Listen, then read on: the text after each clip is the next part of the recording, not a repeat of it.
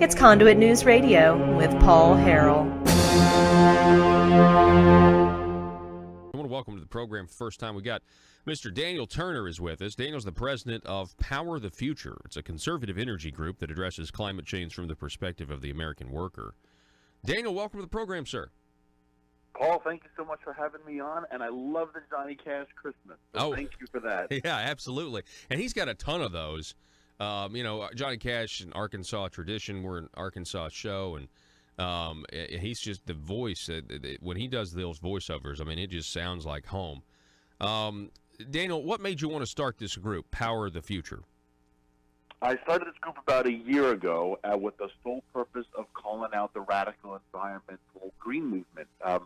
They are engaged on so many energy issues in local small communities.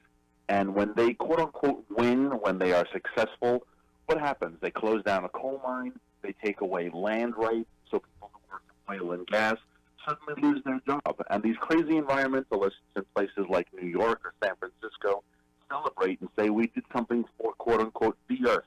But what really happens is that regular men and women who work in these communities, in this industry, are now unemployed. And someone had to call out that these groups are phony, they're paid for, and they have a radical agenda, so I started the group myself. Wow. And I think that's great. I think that's extremely needed, at this point, because there are so many people that think that this concept of man-made climate change, first off, I mean, to me it's incredibly offensive, Daniel, at this point, because, I mean, they're now starting to say, you had the fires out in California. Back a few years ago, we had tornadoes that came through Arkansas and Mayflower and the communities of Mayflower and Valonia.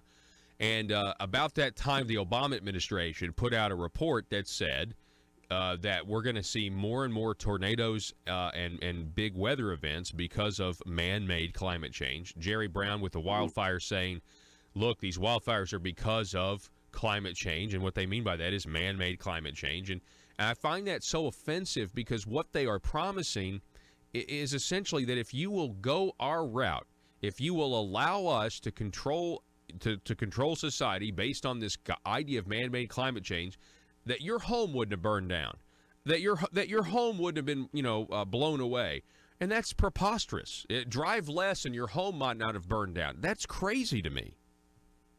It is, and when you come to look at what their evidence is for climate change, you use the examples of tornadoes, of the fires that are happening in California.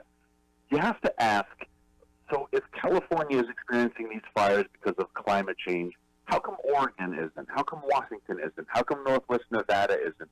The governor of Louisiana, one of your nearby states, he talks about how there's so much coastal erosion in southern Louisiana due to climate change, and he is suing energy companies. But the governor of Alabama doesn't have any climate change on his shores, nor does the governor of Texas, nor does the governor of Mississippi. So it's funny how you can pick and choose when you want to apply climate change, and the consequence is always the same. It's suing energy companies or taking away their right to exercise their industry. And who suffers always are regular men and women who do this for a living, coal miners, oil workers, gas workers, and then the whole nation suffers as our prices skyrocket and as we become energy dependent on foreign nations. So it is a real battle. We're talking with Daniel Turner, again, the president of Power the Future. You can find more at powerthefuture.com if you want to know more on this. Daniel, the French, I've got this article here from Reuters, French student unrest gathers momentum. The Yellow Vest protest in Paris.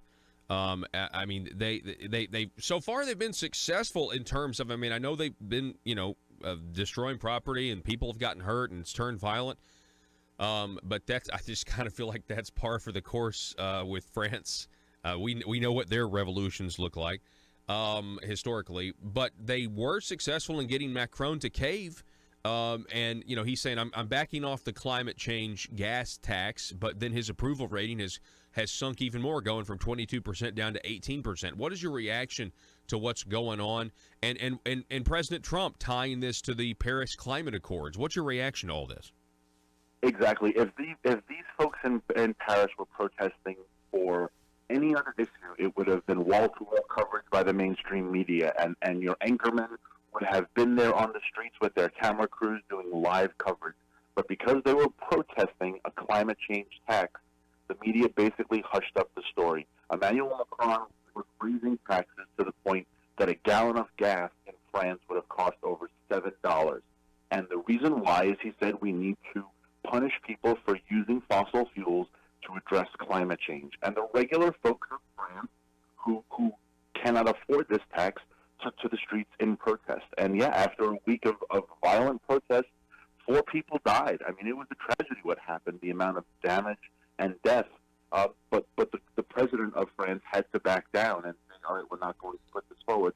But this is the radical agenda people like Bernie Sanders and Alexandria Ocasio-Cortez are trying to push down in America. These are the types of punitive taxes. They want to punish people for using fossil fuels. And yet a little article broke yesterday. Bernie Sanders, in the last month of the campaign, spent $300,000 on private planes. I wrote about it on our website, collegeteacher.com.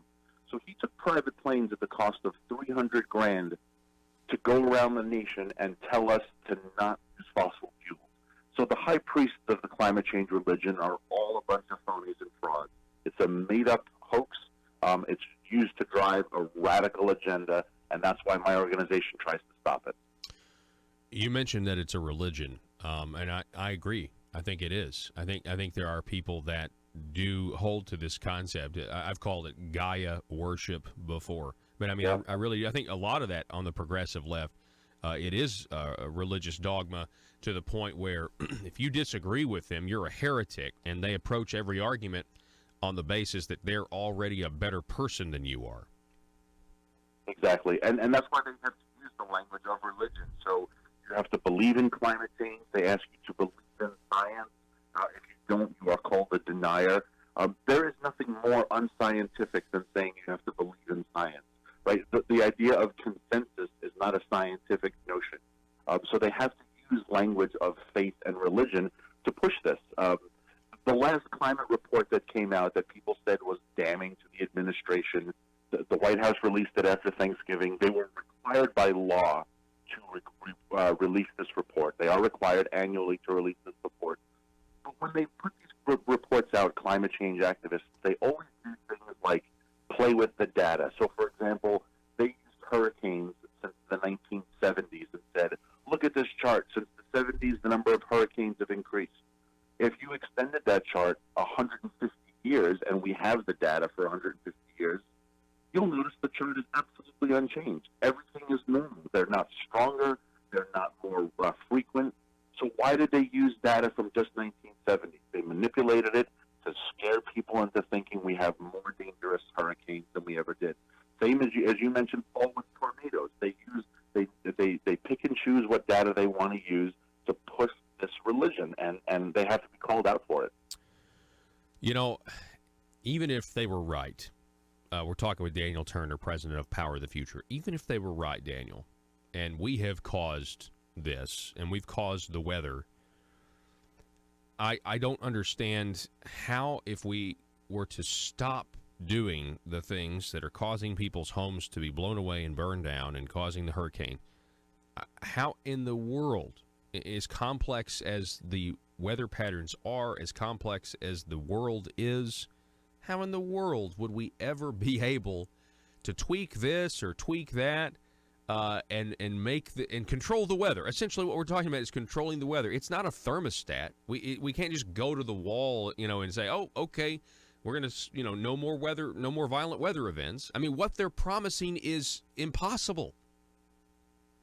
And they would get to decide who gets to use fossil fuels when. Again, a lot of this has a real sort of Marxist undercurrent. Yes. They like state control of industry, and they would want to say that we get to decide how long you can have your lights on, when you can use your car, how far you can drive. That is part of their belief.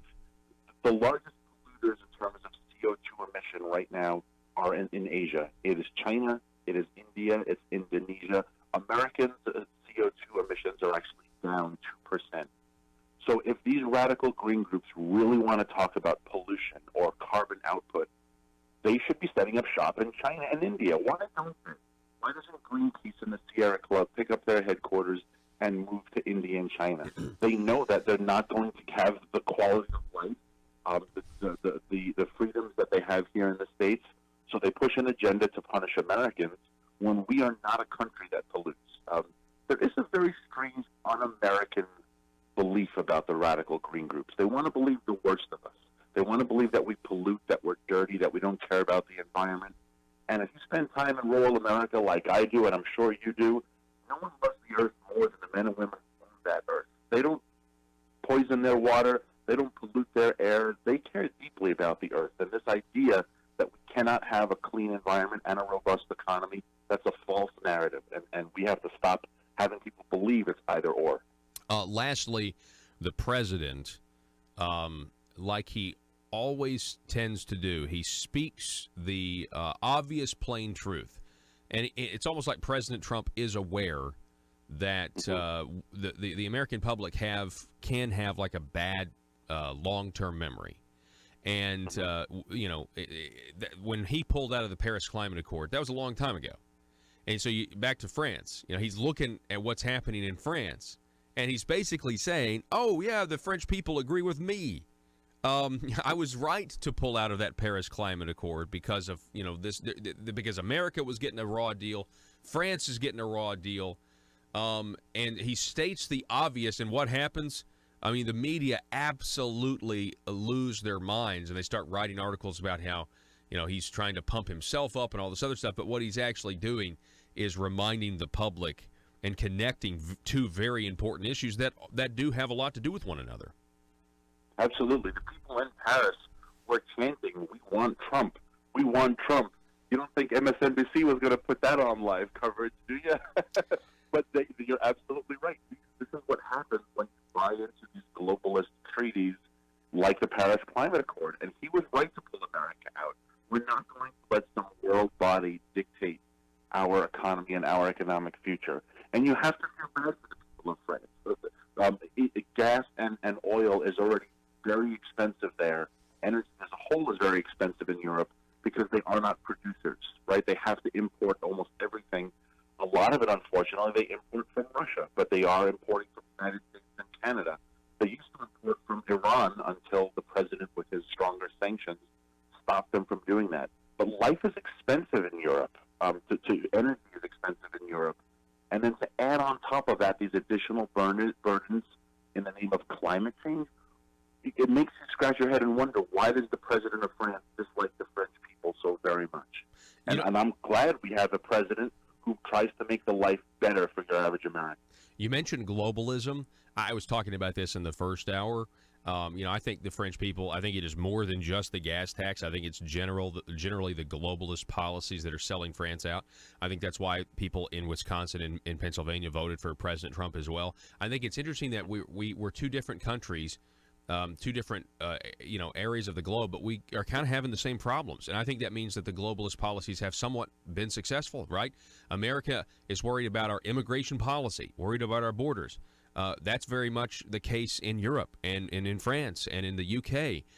Here in America, we're also worried about, being taxed too much, or, our federal government, taking the money from the states and sending it back with strings attached. That's also a big problem in the European Union. Giving the money, from France to the EU, and then they give it back to you and tell you what you must do with it. I think that is something that's gone underreported, but I think that's globalism, and I think there's a big backlash against it right now. I think you're absolutely right, and that's part of the America First mentality that President Trump has been pushing in our nation, but also within our nation. There is a little bit of that sense of, I don't want Washington telling us what to do, and people are voting with their feet. High state taxes like New York and California continually have mass exoduses, and people are going to more fiscally responsible states like Florida and Texas and North Carolina. The sad thing is they usually bring their crazy environmental ideas with them, and so you are finding these states that are starting to adapt policies that look like the states that they were fleeing. And so states, unfortunately, like Colorado, are trying to push climate change narratives. And it's not because the people of Colorado want it. It's because a bunch of Californians who can't afford that state moved in, and they brought their terrible ideas with them. So we have to do a really good job educating our citizens. If people move to Arkansas, you have to make them take a little test, maybe. No, I you're don't right. bring their lousy ideas with them from Boston. No, you're exactly right, and we see that. We see people that do move here sometimes. They definitely, especially with Walmart headquarters here. That attracts a lot of different types of people that maybe aren't necessarily from here, and they kind of can come with more liberal ideologies. And so I think everybody has that problem in a lot of ways. Hey, Daniel Turner, president of the Power of the Future. Go to powerofthefuture.com if you want to know more. Daniel, it's great to meet you, sir. I'd love to do this again sometime. I would love to, Paul. It's an honor. Thank you so much. And you have a very Merry Christmas to you and your listeners. Yes, sir. Merry Christmas. Daniel Turner, everybody.